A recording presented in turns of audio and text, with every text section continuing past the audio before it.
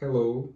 I never imagined I'd be checking the weather the morning of my wedding, only to find out my fiancée had run off with her ex standing at that altar, humiliated in front of everyone I knew. I swore I'd never trust again. Then her sister showed up at my door with lasagna and a brutal truth that would change everything. They say revenge is a dish best served cold, but what if it tastes like something else entirely?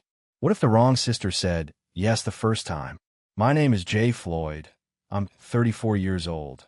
And until 6 months ago, I was a construction project manager for one of Denver's largest development firms. I spent my days building skyscrapers and planning my future with the woman I believed was my soulmate. Now I spend them wondering how I could have been so wrong about everything. The church was perfect that day.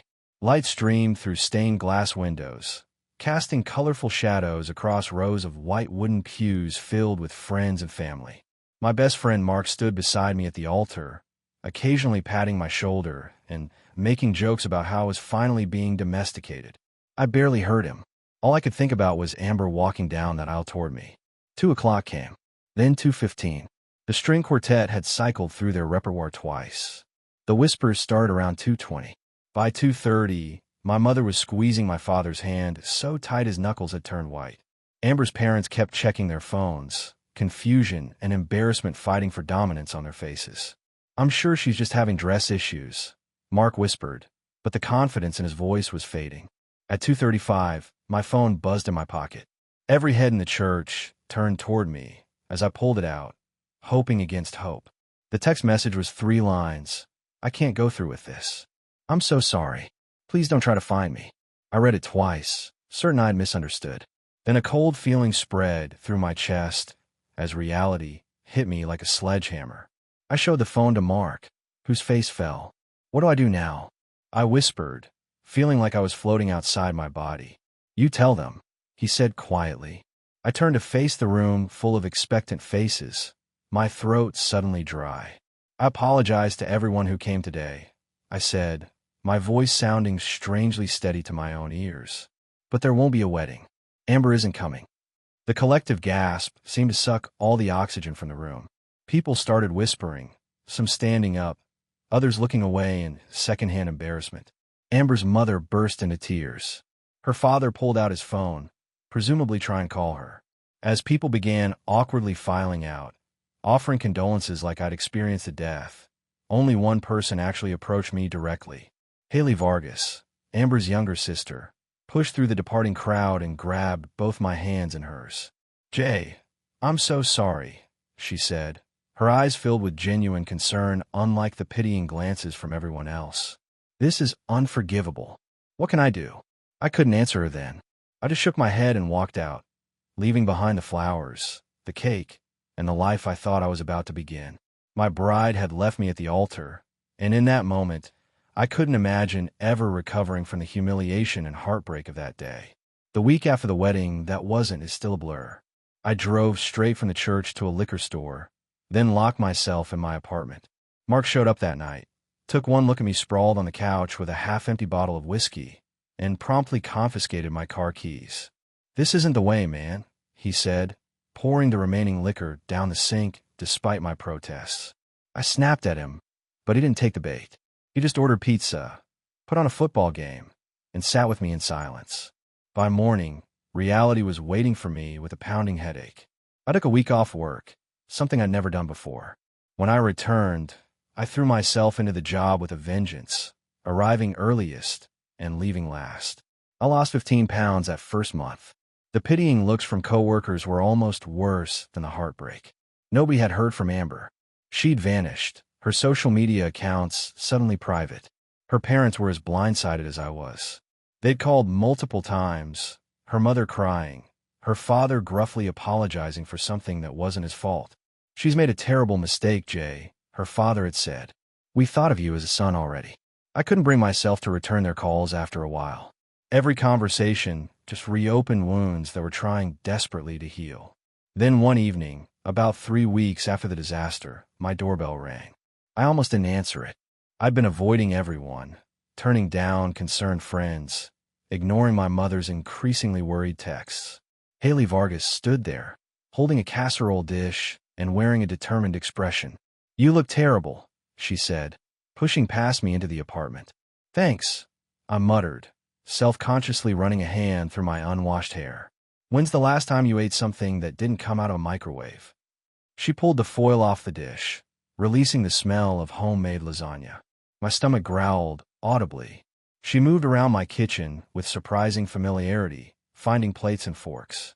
I stood there awkwardly, suddenly aware of my 3 days stubble and wrinkled sweatpants. "Why are you here, Haley?" I finally asked as she thrust a plate into my hands. She looked me straight in the eye, so much like her sister, yet completely different. Where Amber was all charming smiles and carefully crafted beauty, Haley was direct and natural. "Because someone needs to make sure you don't waste away," she said. "And because I have information about Amber that you deserve to know." My heart lurched. "She's okay?" I asked, hating that I still cared. Haley's expression hardened. "She's fine. But what she did to you? There's more to the story, and you need to hear it."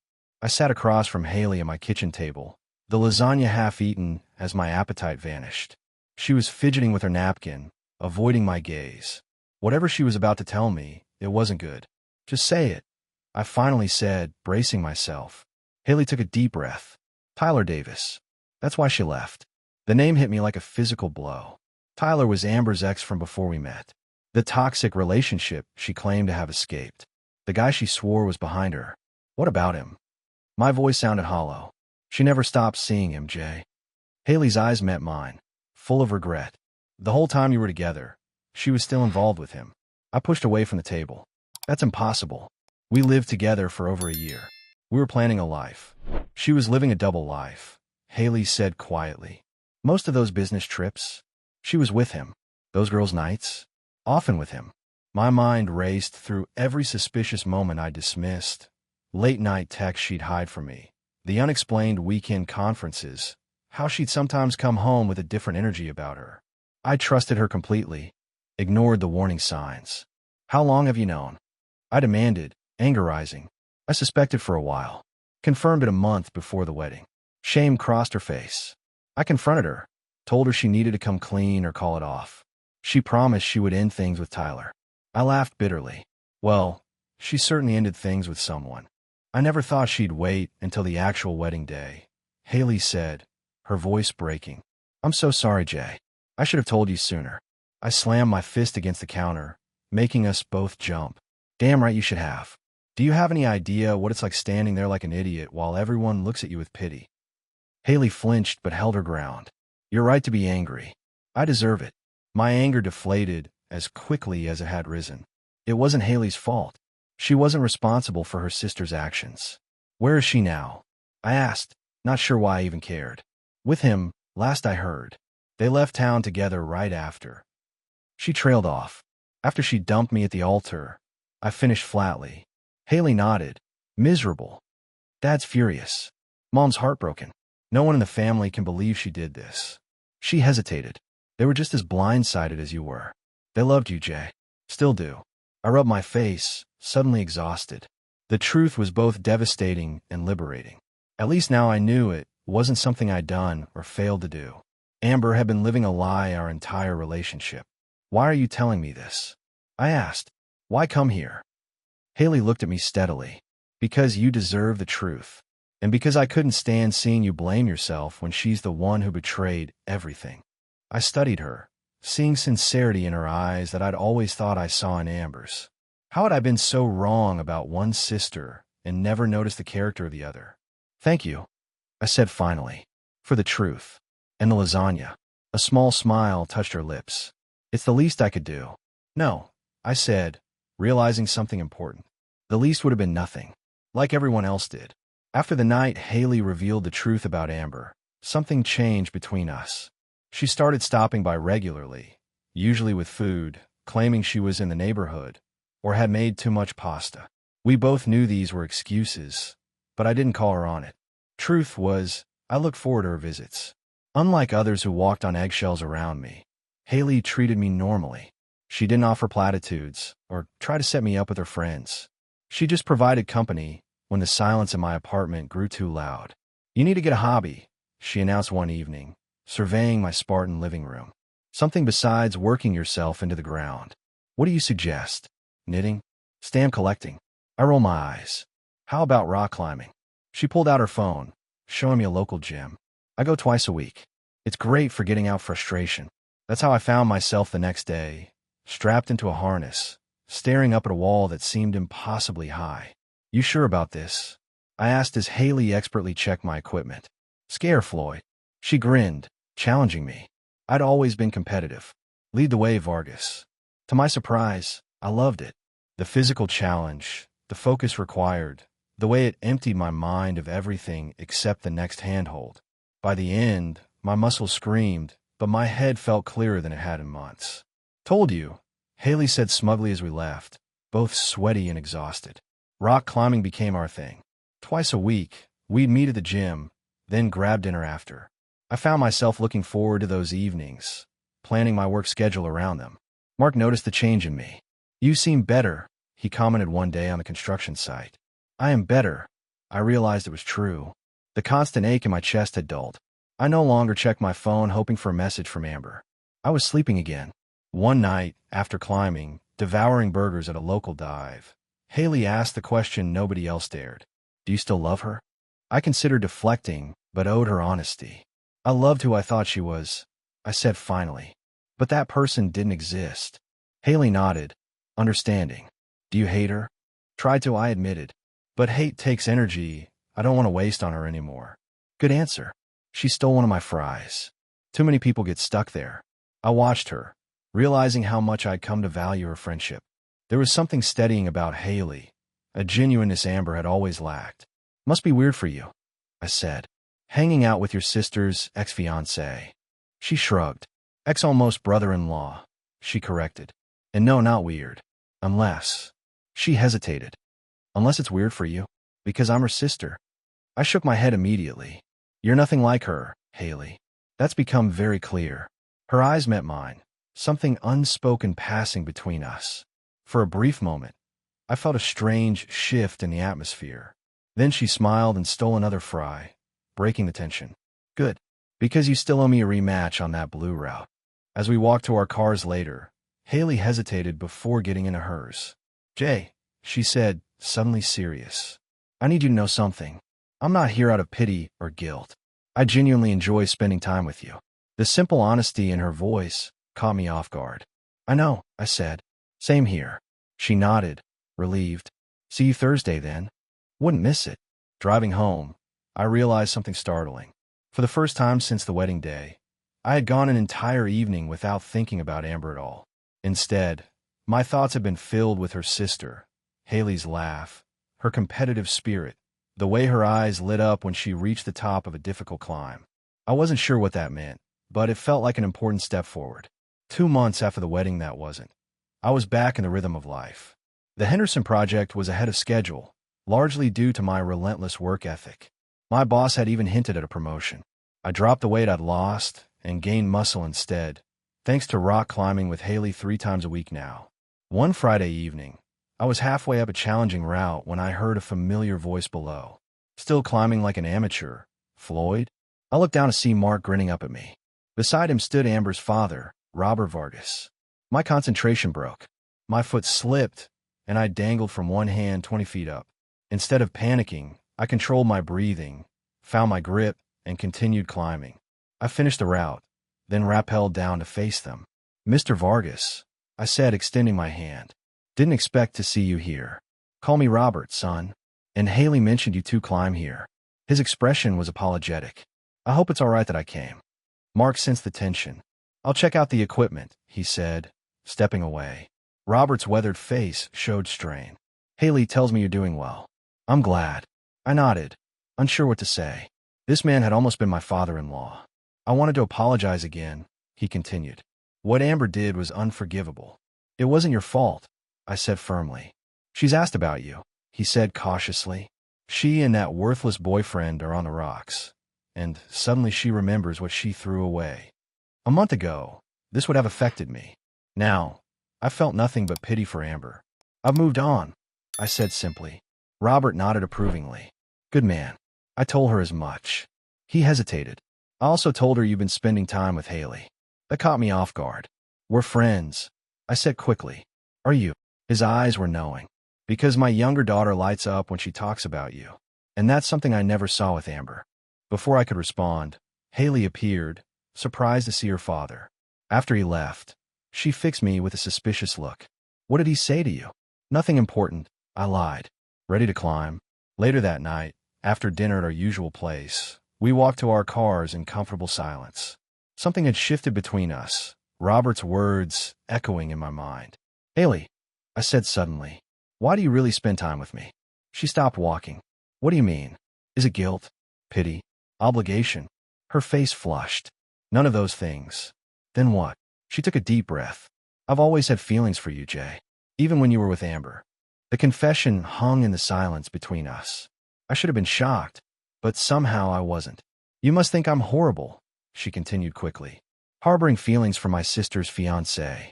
But I never acted on them. I respected your relationship. Then after what she did, she shook her head. I just wanted to be there for you. The feelings were secondary. I stepped closer to her. Why tell me now? Because I can't pretend anymore. And if that means we can't be friends. I cut her off. What if I don't want to be friends? Her face fell. I understand. What if I want more? I said quietly. Her eyes widened. Jay, don't say that unless you mean it. Not out of loneliness, or... I mean it, I said firmly. I've never been more certain. In that moment, standing in a dimly lit parking lot, I realized I'd been falling for Haley Vargas since the day she showed up at my door with lasagna and the truth. Taking that first step with Haley changed everything. We decided to take things slow, but there was no denying the chemistry between us. For the first few weeks, we kept our relationship private, still meeting for rock climbing and dinner, but now with a different energy between us. I was at the construction site one morning, reviewing blueprints with my team, when my phone buzzed with a text from Mark. Heads up, Amber's back in town. My stomach tightened, but not with longing, with dread. I'd moved forward and didn't want to step back into that mess.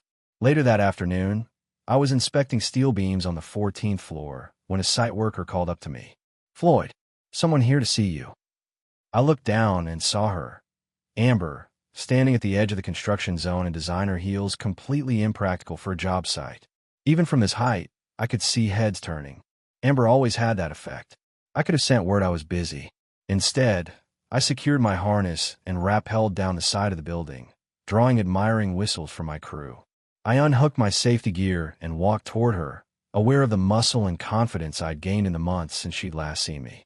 Nice entrance, she said, attempting a smile. What do you want, Amber? No greeting, no warmth. Her smile faltered. Could we go somewhere and talk? Privately. I crossed my arms. Whatever you have to say, you can say here. She glanced uncomfortably at the workers, pretending not to listen. Jay, please. I made a horrible mistake. Tyler was... He was nothing like I remembered. Nothing like you. So he dumped you. I stated flatly. Her face flushed. It wasn't like that. I realized what I threw away. What we had was real. No, I said firmly. It wasn't. You were living a lie our entire relationship. I've changed, she insisted, stepping closer, touching my arm. I know what I want now. Who I want. I stepped back, breaking contact. I'm seeing someone. Her eyes widened. Already? Who? I hesitated, then decided honesty was best. Haley. Amber's face went through a rapid series of emotions. Shock, disbelief, anger. My sister. You're dating my sister? Yes, I said simply. She was after you the whole time, wasn't she? Amber's voice rose. Even when we were engaged. Anger surged through me. Unlike you. Haley respected our relationship. She never made a move until long after you abandoned me at the altar. You can't be serious about her, Amber scoffed. She's just... Haley. The dismissive way she spoke about her sister ignited something protective in me. Haley is honest, loyal, and real. Everything you pretended to be. She's twice the woman you are. Amber's face hardened. My parents will never accept this. Dating your ex-fiancé's sister? It's sick. Your father already knows, I countered. And unlike you, he cares about both his daughter's happiness. This isn't over, she snapped, turning to leave. It's been over since you sent that text, Amber. I called after her. You made your choice. Now I've made mine. I watched her stalk away, waiting for the pain or regret to hit. It never came. Instead, I felt relief, and certainty that I was exactly where I was supposed to be. That evening, I told Haley about Amber's visit. She listened quietly, then asked, "Are you sure about us? This will make things complicated with my family." I took her hand. "I've never been more sure of anything. Your family will understand. And if they don't, we'll face that together." She smiled, squeezing my hand. Together, and in that moment, I knew that what had once seemed like the worst day of my life had actually set me on the path to finding something real and lasting, with the last person I ever expected. The weeks after confronting Amber flew by. Haley and I stopped pretending we were just friends, and our relationship deepened. We still climbed together, but now there were dinners at nice restaurants, weekend hikes in mountains, and nights spent talking until dawn. One evening, as we relaxed on my couch, my phone buzzed with a text from Mark. "You two lovebirds up for dinner Friday? Sarah wants to meet the woman who finally made you smile again." Haley peered over my shoulder. "Your best friend's approval. That's serious business." Her tone was light, but I caught the question in her eyes. "You already have it," I assured her. "Mark thinks you're the best thing that ever happened to me." "And what do you think?" she asked, suddenly serious. I took her hand. "I think you saved me. Not just from drowning in self-pity, but from settling for less than I deserve." She leaned against me. "We saved each other. I was always the responsible sister, the reliable one. With you, I feel like myself, not someone's afterthought." "You could never be an afterthought to me," I said, realizing how true it was. That night changed something between us. We stopped walking on eggshells around the past. Amber's name wasn't taboo anymore. She was just someone we both used to know. The Henderson project finished ahead of schedule, earning me a substantial bonus. My boss called me into his office on a Friday afternoon. "Outstanding work, Floyd," he said, sliding an envelope across his desk. "The clients were impressed with your management. The board's approved your promotion to senior project manager." "Thank you, sir." Pride swelled in my chest. "There's something else," he continued. "We're expanding to Seattle. Need someone to head up operations there. Better pay, more responsibility. It's yours if you want it." Seattle, a fresh start in a new city.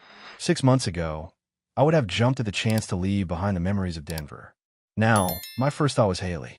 "I'll need some time to think about it," I said. That evening, I took Haley to dinner at the restaurant where we had our first real date. After our meal, I told her about the promotion and the Seattle offer. "That's incredible, Jay," she said, genuinely happy for me. "You deserve it." "There's a catch," I admitted. "I'd have to move." Her smile faltered slightly. "Oh, when would you go?"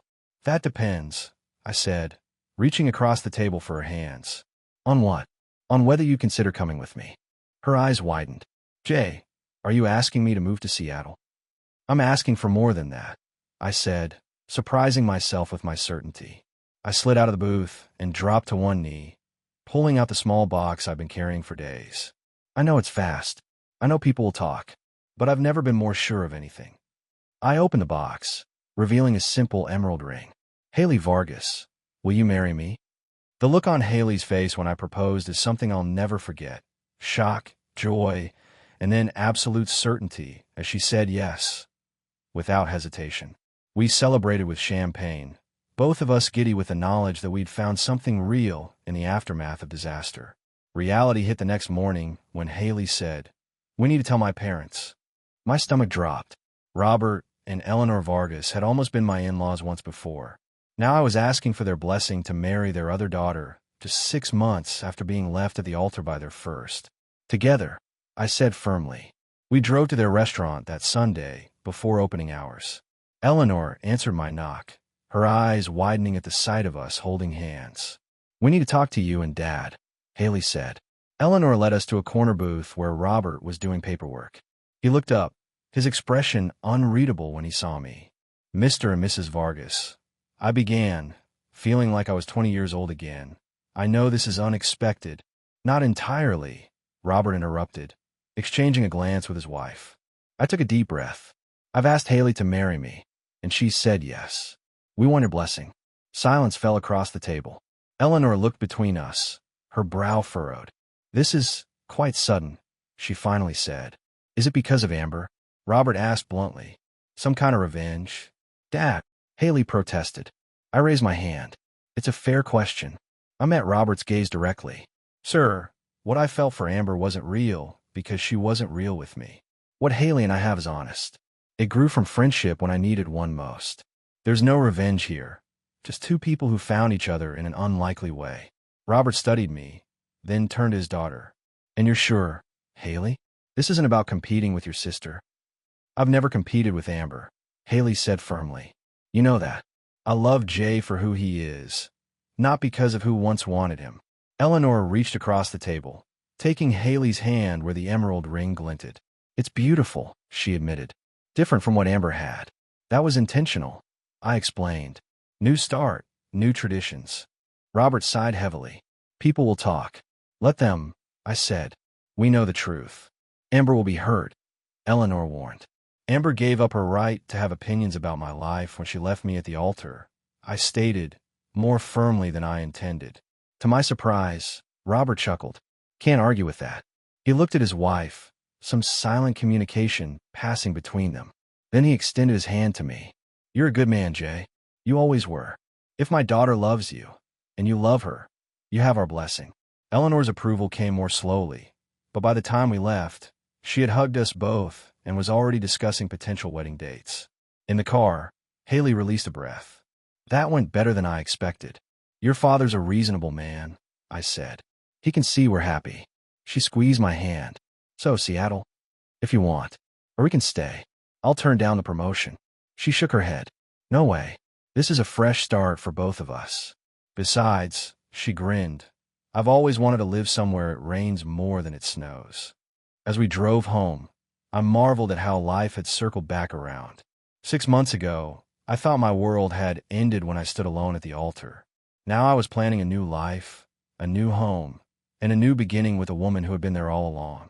The weeks after our engagement passed in a whirlwind of preparations, accepting the Seattle position, house hunting online, and planning a small wedding ceremony before our move. We wanted something simple, just family and close friends, the opposite of the lavish event Amber had planned. 2 months isn't much time, Haley mused as we toured a small chapel. But I don't want to wait. Neither do I agreed, pulling her close. I've wasted enough time already. We'd settled on a June wedding, just before our July move to Seattle. Everything was falling into place, until Amber showed up at my apartment unannounced one evening when Haley was out with her mother looking at dresses. We need to talk, she said, pushing past me into the living room. She stopped short at the sight of moving boxes stacked against the wall. Going somewhere? She asked, her voice brittle. Seattle, I replied simply. New job. She absorbed this, then noticed the framed photo of Haley and me on the side table. Her face hardened. So it's true. You're really marrying my sister. Yes, I said, offering no explanation or apology. You can't possibly love her, Amber insisted. This is about getting back at me. I almost laughed. Not everything is about you, Amber. Hasn't been for months. What about what she did to me? She demanded. My own sister stealing my fiancé. My patience snapped. First, I'm not an object to be stolen. Second, you gave up any claim when you ran off with Tyler. And third, Haley didn't steal anything. She was honest and supportive when I needed it most. We had history, Jay, she said, her voice softening as she stepped closer. Years together. Are you really going to throw that away? You threw it away, I reminded her. On our wedding day. With a text message. She flinched. I made a mistake. No, I said firmly. A mistake is forgetting an anniversary. What you did was a choice, a series of choices over years. You lied to me our entire relationship. And Haley is so perfect, she scoffed. Not perfect. Real. I moved toward the door, opening it pointedly. I'm marrying Haley because I love who she is, not who I want her to be. Something I never had with you. Amber's eyes flashed with hurt and anger. You'll regret this. When the novelty wears off. Goodbye, Amber, I said firmly. She paused at the threshold. Mom's heartbroken about this, you know. She'll never accept it. I smiled slightly. Actually, she's helping pick out wedding flowers tomorrow. Seems she's more concerned with her daughter's happiness than appearances. Maybe you could learn from that. As I closed the door on Amber's shocked face, I felt the final piece of my past click into place. I was ready to move forward, with Haley, to Seattle, and into a future built on honesty and real love. Our wedding day dawned clear and bright, nothing like the stormy day of my almost wedding with Amber. We chose a small mountain venue outside Denver, with the ceremony set for sunset. Standing in the small cabin preparing, I felt none of the anxiety that had plagued me the first time around. Mark adjusted my tie, grinning. "Nervous?" he asked. "Not even a little," I replied truthfully. "That's how you know," he said, clapping my shoulder. The ceremony was simple and perfect. Only 40 guests compared to the 200 Amber had invited. When Haley appeared at the end of the aisle, escorted by her father, she took my breath away. She wore a simple dress, her hair loose around her shoulders, looking nothing like the elaborate bride Amber had planned to be. My voice didn't waver as I recited my vows. Haley's eyes shone with unshed tears as she promised to stand by me through whatever life brought us. When the officiant pronounced us husband and wife, the small gathering erupted in genuine cheers. At the reception, Robert Vargas approached me, champagne in hand. "Never thought I'd have you as a son-in-law after all," he said, his expression warm. "Life takes unexpected turns," I replied. He nodded thoughtfully. "Haley told me about the confrontation with Amber. I want you to know, Eleanor and I couldn't be prouder of how you both handled it." "Thank you, sir. That means a lot. Take care of my daughter in Seattle," he said, suddenly gruff. "She's always been the strong one, but she needs someone solid. Someone who sees her value." "I do," I assured him. "Every day." Later, as Haley and I shared our first dance, I held her close, marveling at the journey that had brought us here. "Happy," she murmured against my chest. "More than I ever thought possible," I replied honestly. 1 week later, we drove our pack U-Haul into Seattle, rain greeting us as we pulled up to our new townhouse. The promotion came with a substantial raise, enough to afford a place with a view of Puget Sound in the distance. "Home sweet home," Haley said, twining her fingers with mine as we stood in our empty living room. That night, as we slept on a mattress on the floor surrounded by boxes, I reflected on the twists of fate that had led me here. 6 months earlier, I thought my life had ended when my bride left me at the altar. Instead, it had been the beginning of something genuine and lasting. Sometimes the worst moment of your life can lead to the best, if you're brave enough to keep your heart open when everything in you wants to shut it down. Haley taught me that, and every day with her confirms that sometimes life's cruelest disappointments are actually redirections to where you were meant to be all along. My bride left me at the altar, and it led me to marry her sister instead. It sounds like the setup for a bad joke, but it turned out to be the most honest love story I could have ever hoped for. Bye.